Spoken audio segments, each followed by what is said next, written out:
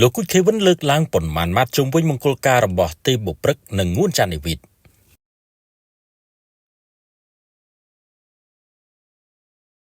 ប្រិមត្តជាទីមេត្រីកាលពីយប់មិញនេះគឺជាការរៀបចំពិធីទទួលភ្ញៀវយ៉ាងអធិកអធមជាទីបំផុតនៃមង្គលការរបស់លោកងួនចាន់ដេវីតហៅជីដេវីតជាមួយនឹងអ្នកនាងទេពបុព្រឹកដែលពិធីមង្គលការនេះឃើញថាផ្អើលអស់អ្នកជំនួញធំក៏ដូចជាអ្នកមានមុខមាត់នៅក្នុងសង្គមនៃព្រះរាជាណាចក្រកម្ពុជាពិធីទទួលភ្ញៀវកាលពីយប់មិញនេះគេឃើញមានវត្តមានថ្នាក់ដឹកនាំភរិយាថ្នាក់ដឹកនាំរួមទាំងអ្នកជំនួញធំជាមួយនឹងការរំលេចនៅការរៀបចំដ៏ល្អឯកជាមួយនឹងការទទួលបដិសណ្ឋារកិច្ចយ៉ាងល្អប្រសើរទៀតផងដោយឡែកបើក៏លេចមកការរៀបចំពិធីបែបប្រពៃណីសាសនាវិញឃើញថាប្តីប្រពន្ធមួយគូនេះបានរៀបចំយ៉ាងអស្ចារ្យដោយរំលេចនៅអត្តសញ្ញាណជាតិខ្មែរទៀតផងមិនត្រឹមតែមហាជនទូទៅបានពោលសរសើរនោះទេលោកគូខេវិនដែលជាអ្នកដឹកនាំនិងផលិតកម្មវិធីជាន់ខ្ពស់នៃស្ថានីយទូរទស្សន៍ជាង20ឆ្នាំមកហើយនោះក៏បានអញ្ជើញចូលរួមនៅក្នុងមង្គលការរបស់អ្នកទាំងពីរនៅ The Premier សែនសុខផងដែរកាលពីព្រឹកថ្ងៃទី7ខែមិថុនាឆ្នាំ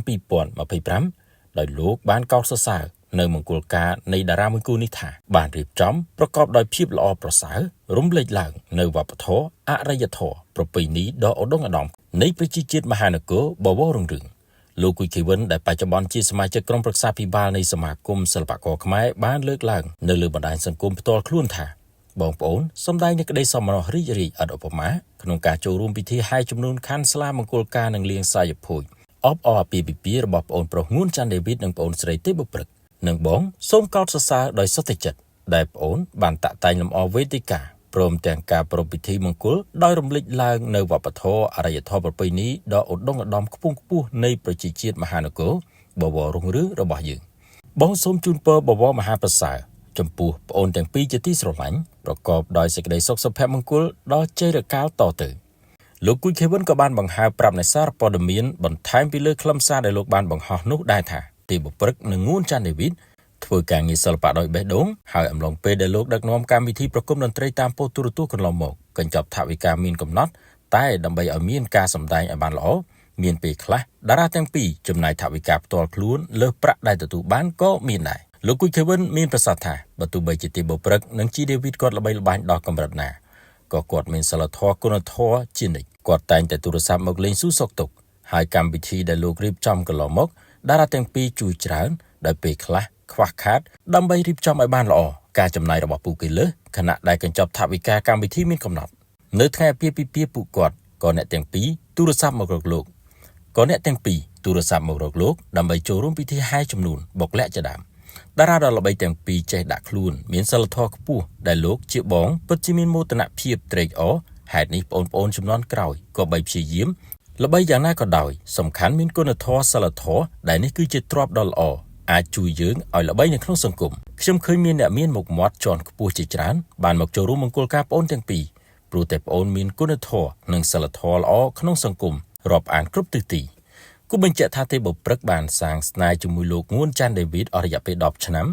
មានកូនប្រុសមួយឈ្មោះទេពបញ្ចាវរៀបហៅ Albert អាយុ2ឆ្នាំកន្លះនិងទើបបានរៀបចំពិធីមង្គលការយ៉ាងធំដុំនៅពេលនោះ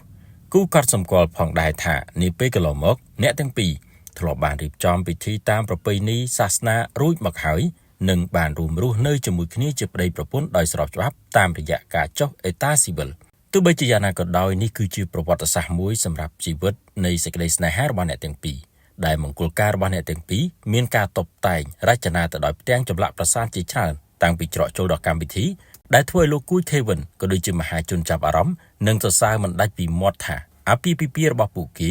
រំលេចទៅដោយអរិយធម៌គេដំណើរវប្បធម៌ប្រពៃណីជាតិខ្មែរផងដែរ